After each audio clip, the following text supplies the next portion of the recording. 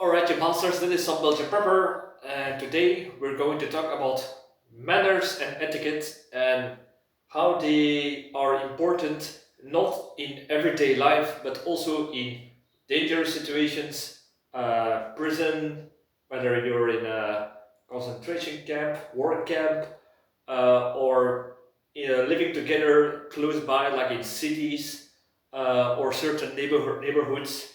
Just these rules are for any situation, I would say, and the purpose of these manners and etiquette is to avoid conflict, to have a social glue where everyone can feel safe because you are expected to behave in certain patterns, so you're not making anyone feel annoyed, and just how to cooperate together, that there are less conflicts and that everything runs smooth and that there are no obstructions in our daily lives. This might sound not the most important thing as a prepper or survival, but I think it is, because I think it's even more important in those situations than in just normal times. Because if we don't have these rules, we go back to anarchy. We go living our lives or handling situations like savages, and that is not ideal. And yeah, the other reason is, and it is also for everyday life, because not everyone operates the same. And what do I mean by that? There are certain people who did not have a righteous father figure that learned them to maintain their emotions and learn them how to deal with people, and that is something that you will encounter in daily life, but especially in hard times where there is more stress and more uncertainty.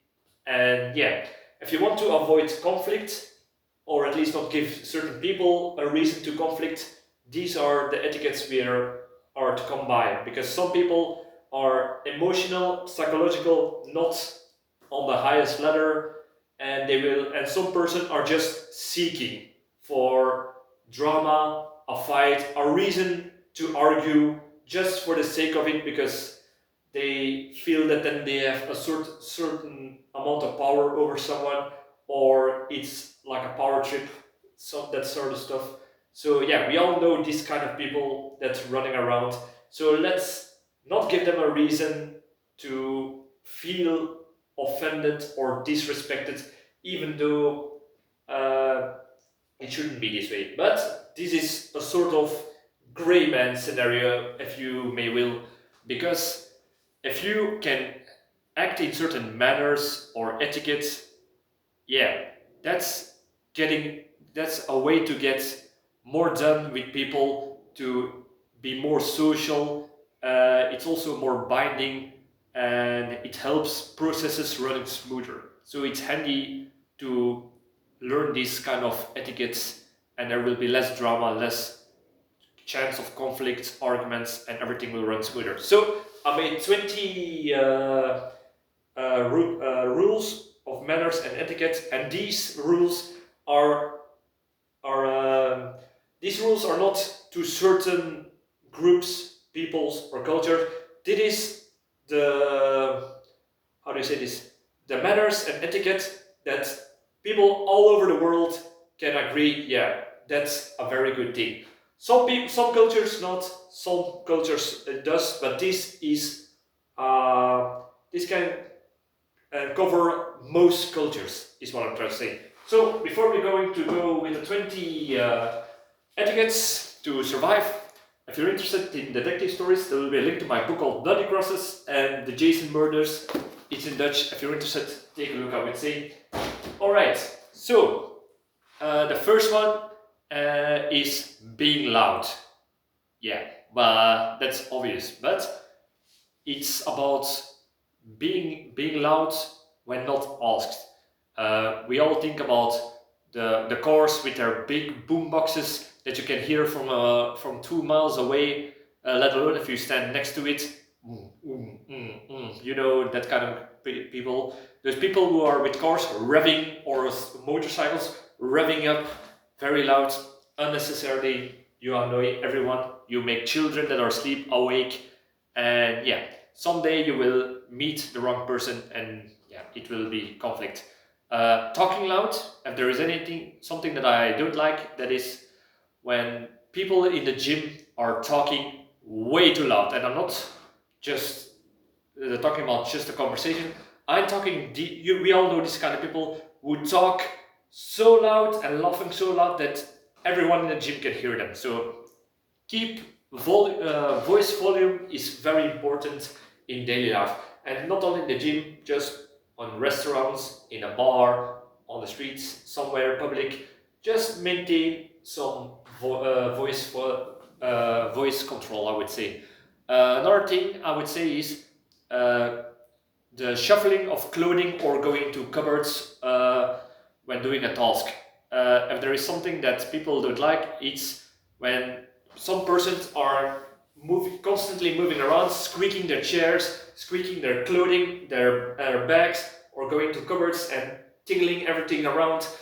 Yeah, some people are just very annoying with that because they just going wild and it makes more noise than unnecessary. So if you try to maintain a certain balance in your loudness. So balance is very important. That's why we have it tattooed on my arm. Second one, I would say eating noises, and this is I'm talking about chewing loud, slurping, and uh, speaking with your mouthful of food.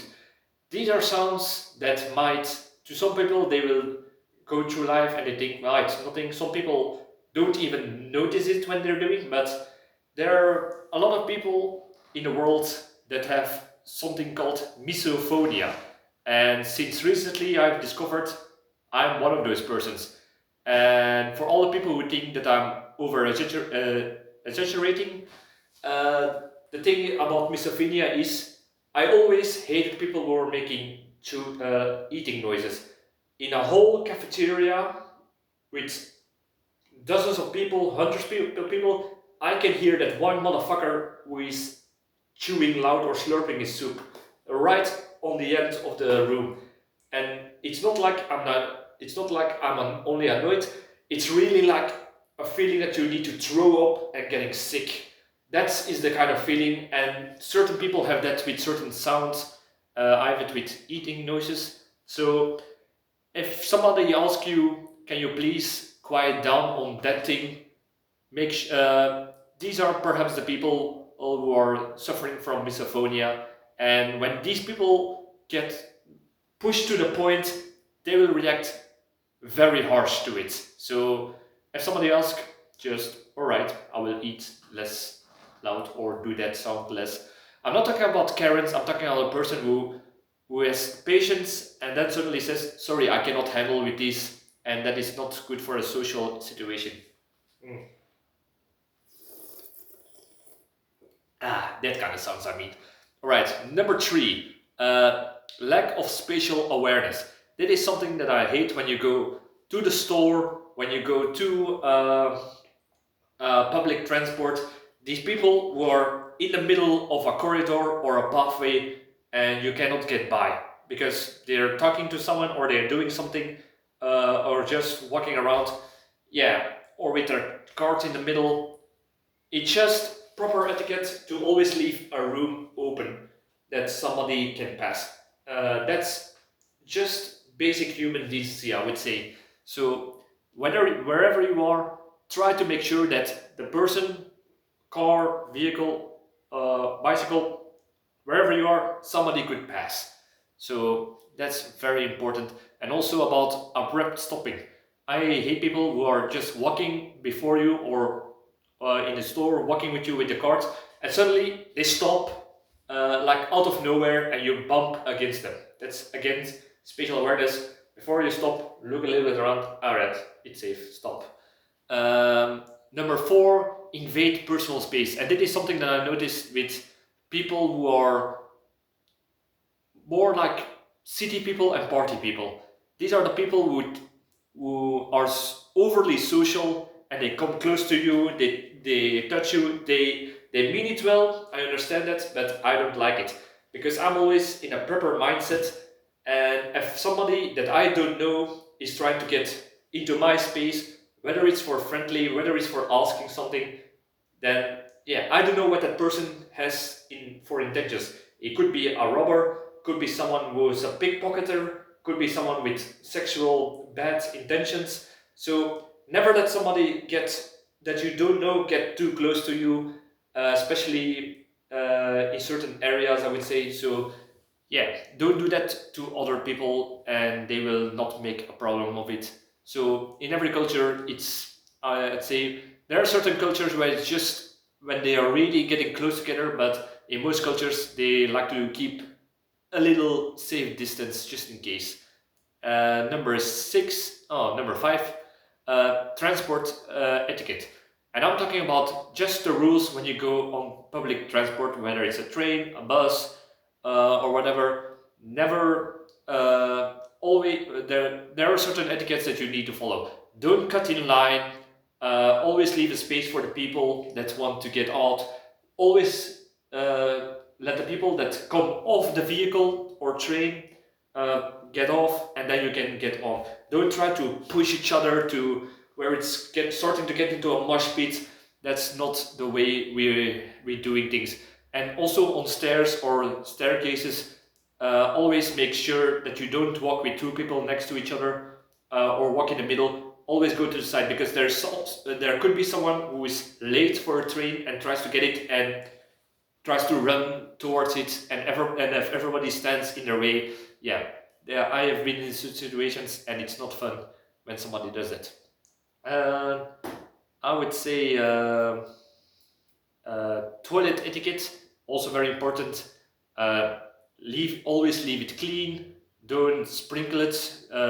Sprinkles are only for donuts, not for seats. And also, I would say, and this is also for the women, because I have this debate with many of my female friends. Uh, my rule is I do the seat up, so I don't piss on the seat, and you do the seat down, because they always complain when I leave the seat up and that I don't put it down. We are living in a society where we are equal, so I would say I leave it up so I don't piss on the seat, and before you use it, you take it down. And then we both only have to do one motion, which is the most fair thing ever, so don't complain about it, it's just etiquette. Another thing about toilet etiquette is don't sit there for 20 minutes. There are certain people at work, in public toilets, certain people just sit on the toilet and they are not really pushing it, if you know what I mean. They're just on their phone or something, or resting, or sometimes even asleep, and they are like 25 minutes, and 25 minutes you're at your work, really need to go for number one or number two, and that motherfucker is still on the toilet. So yeah, have some etiquette.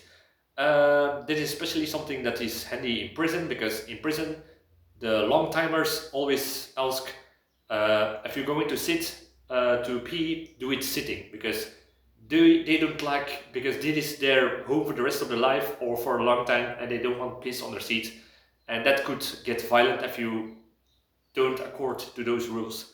So that is just a small thing. Number 7, sneezing, coughing, spitting, snorting, anything that can transfer anything body fluids around and giving diseases whenever you are sick. It's just etiquette to sneeze or to what was it? To sneeze or cough in your elbow, because if you do it with your mouth, you're going to touch everything and you get everybody sick. So just proper etiquette, do it in your elbow, and even if you think that it will not work, just do it for everyone's sake, because it's just a better feeling for somebody else if you show them that you at least try to do it in a good manner, even if you personally don't think that it works.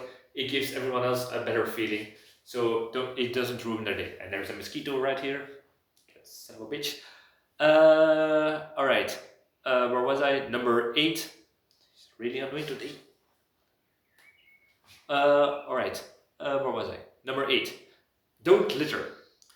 Wherever you are, whatever you're doing, in what place that you are, whatever the reason is, don't litter.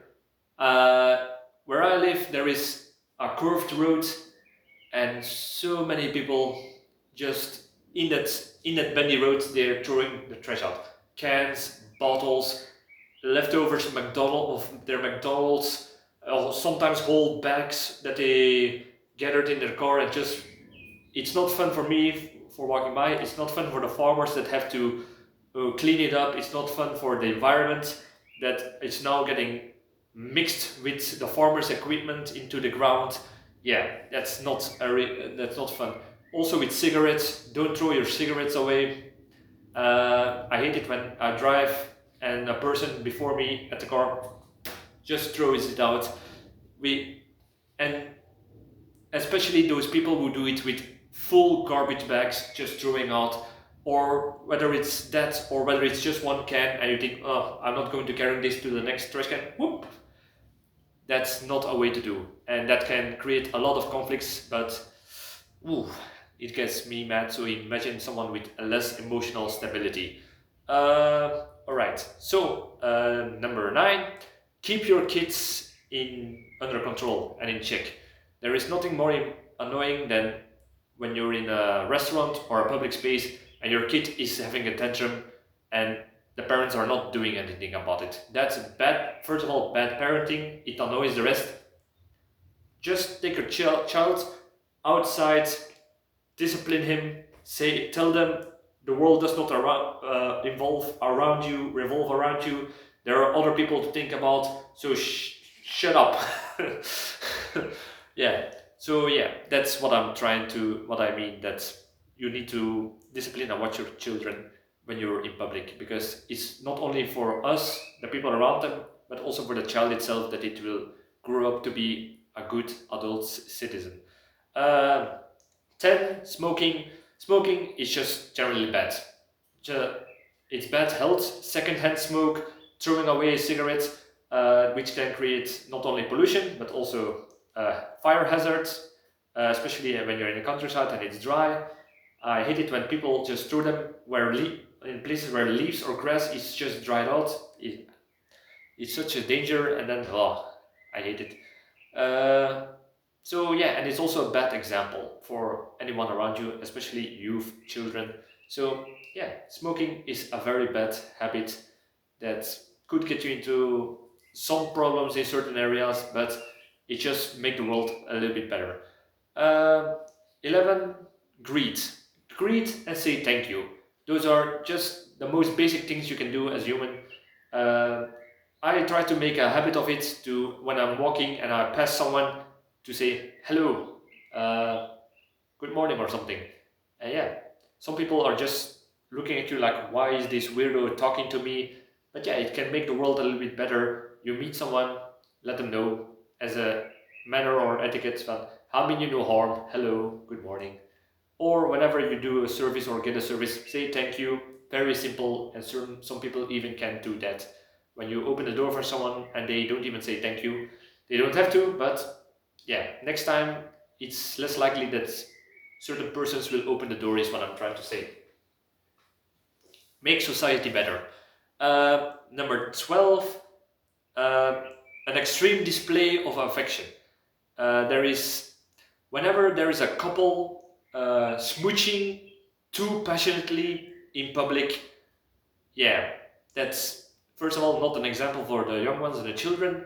Second, it's annoying, especially for people who don't have a partner, like a girlfriend or a boyfriend, or who are perhaps become a widower or lost their partner, divorce or whatever.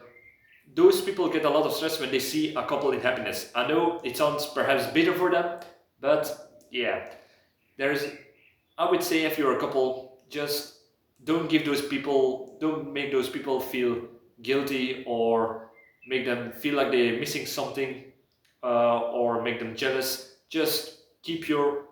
I don't say you can't hug or you can not do a kiss. I'm just saying I'm talking about these people who just slobbering each other like they only their clothing are preventing them from having public sex. That's what I'm talking about, extreme affection. So yeah, do it a little bit behind the corner or out of sight. Next thing I would say is 13. Never interrupt mid conversation. Whenever two people are having a conversation, just don't get mid sentence between them. If you want to say, just wait till they're finished, wait for an opening, make a sign that you want to say something. But I hate it when you're having a conversation with someone and somebody just cut you off and get involved in the conversation. Have some manners, wait for an opening or make a sign. It's very simple human decency. 14, I would say, is chronic complainers. Uh, there's people who, whenever you meet them, you already know they're going to complain about something. They're going to be negative. How do the Americans say this? A Debbie Downer or whatever it is. So these are the people that are always negative, always complaining. I don't say you cannot complain whenever you have a problem, but not always. Just try to be positive. It brightens your day, brightens their day, and even if things are going bad, yeah, you can talk about it, but don't do it every time. That's not good. You ruin your day, everyone's day. It's a bad habit. And if you really have a problem, try to talk about it with someone who has the time to listen, like a friend or something, but not someone you meet every day and every day you're doing the same thing. That also means that you never make your own situation better if you keep complaining about everything. So yeah, people will get tired of it and try to avoid you. So don't always complain is what I'm trying to say. All right, it's getting dark, but I have a video to finish. 15, I would say, is gossip. And I'm not talking about just innocent gossip. I'm talking about gossip that could damage a person's reputation or telling something that a certain person does not want everybody to know. So this is something that is a big no-no, like in prison, for example. Whenever you are gossiping about someone, whether the person you gossip towards, he will perhaps not react on the way that you think. Perhaps he didn't know something. He will react angrily or in other way or get stressed because of this new information. Or they will tell it someone else, and that will create a violence or a conflict between certain people. So by gossiping in a wrong way, you can create fights, conflicts between persons that don't even are in your circle. So if you're going to gossip, try to make sure that the other person is a little bit know about it, or that it's something that is allowed to be known, is what I'm trying to say. So yeah, be careful with that, because you can start fights between certain peoples or between you and someone else, or somebody else heard you gossiping about someone else and they come after you. So be very careful about that.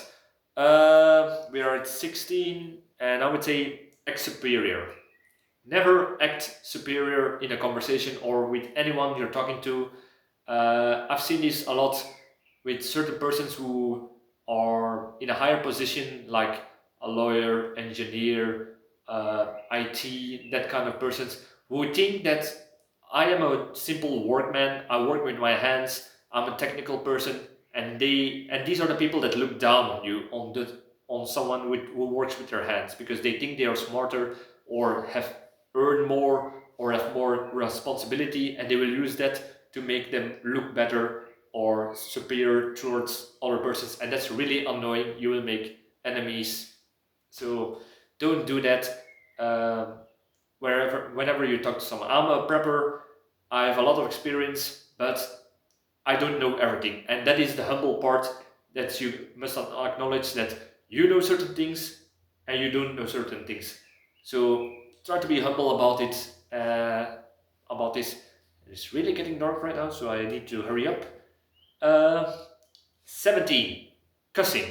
I'm not talking about cussing because cussing can put power behind a certain message or something you try to say to evoke your emotion about how you feel about something or how dire it is. But I'm talking about the people who curse. Uh, example, I'm talking about the motherfucking people who fucking always curse about the fucking the shittiest little thing. You see how annoying this will get? Because then the curse word is losing its power in the conversation. And yeah, it's not also not good when there are young people or children around, and it's not good in a formal format if you're talking to people. So keep the cussing to the point is what I'm trying to say. You can cuss, but don't be like a rapper and do it non-stop. It's not part of a personality that is makes you look good. Um, we are at 18, and I would say be quiet after 10 o'clock in the night, because certain people still work on something that they are working with heavy machinery, work with their car, or play music, having party. Yeah, a lot of people have to get up early, and yeah, or have others schedules, but that does not give you the right to deny certain people in your neighborhood uh, sleep. So don't make noise after 10 or a certain hour. Whether it's legal is a question, but just be a decent human and let people sleep from 10. 10 is a good hour for people who have to get up early, and it is especially being used in apartments where you live close together. So even in apartments where you live close by with somebody up, down, left, right, behind you, in another apartment or room, even a too loud television could be annoying for certain people, especially if they have small children, that kind of stuff. So have some human decency and make the noise a little bit in balance, is what I'm trying to say. Uh, Next thing I would say is we're 19, parking etiquette.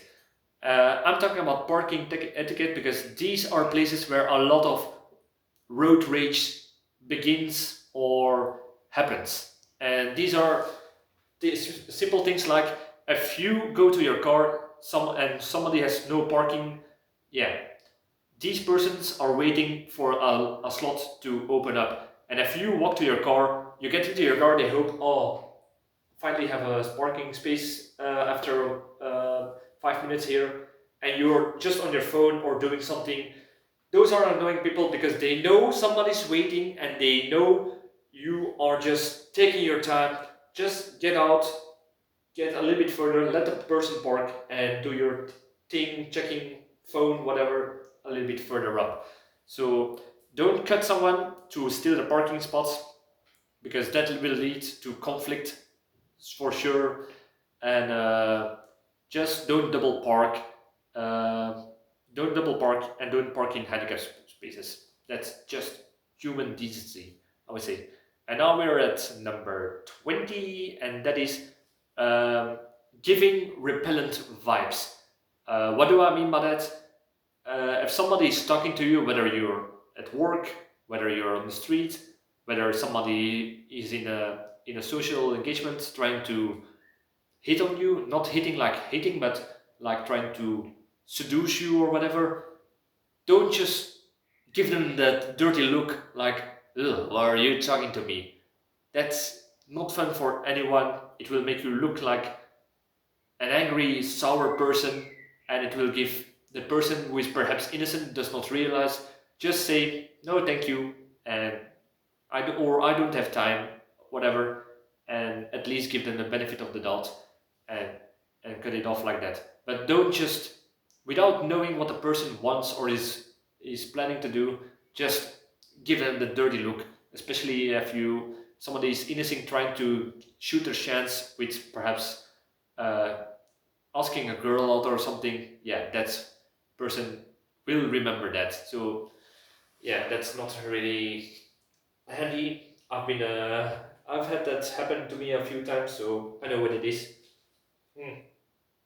So those are 20 simple etiquettes for EDC, and imagine in a survival scenario or a hard time, these rules are more important than ever because it is already then how do you say this, a more stressful situation, and if the rules then fall away, then it's just chaos, then it's barbarism, and just uh, shit hit the fan, society collapse, I would say, because these rules are making everything run smoothly, and yeah, it makes society better. These manners, these etiquettes, and yeah, it will help you bond.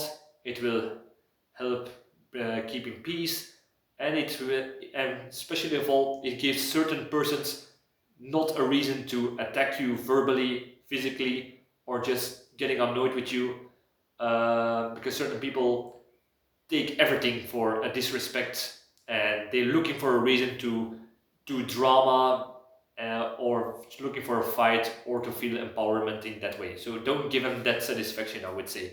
Always be courteous, and it will also make you a great man.